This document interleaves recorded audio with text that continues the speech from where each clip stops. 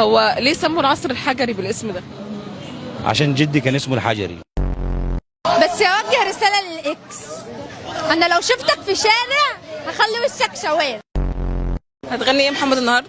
رمشي خطط وسحري أصناف عليه يا بابا. ايه اللي عندك اصلا مخليك عايش؟ أمي. لا بس لحظة واحدة، في حاجة واحدة، كان في واحد طلع الأسبوع اللي فات بيقول إن هو كاريزما الإبراهيمية، من أنهي جهة؟ بيقلدوا لي الشباب وهم بيعلقوا لبعض على الصور. حبيب أخوك المترجم.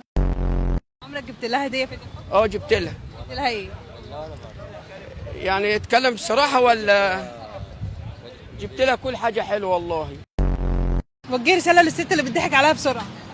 أنا بقول لكي حافظي على مشاعركي ومش تدي أي ولد فرصة إن هو يكلمك بطريقة مش كويسة، علشان في الآخر أي واحد أنت بتحبيه أو بتكلميه مش هيجي ياخدكي. انا كنت في الحمام، تمام، فالحمام بتاع الجامع، فكنت في الحمام فواحد بخبط عليا بيقول لي انت بتعمل ايه؟ اكون بعمل ايه يعني؟ ما في الحمام. الراجل اللي بيسمع كلام مراته بيسموه جنتلمان. تمام. عندكم في البلد بيسموه إيه بقى؟ بيسموه أغني.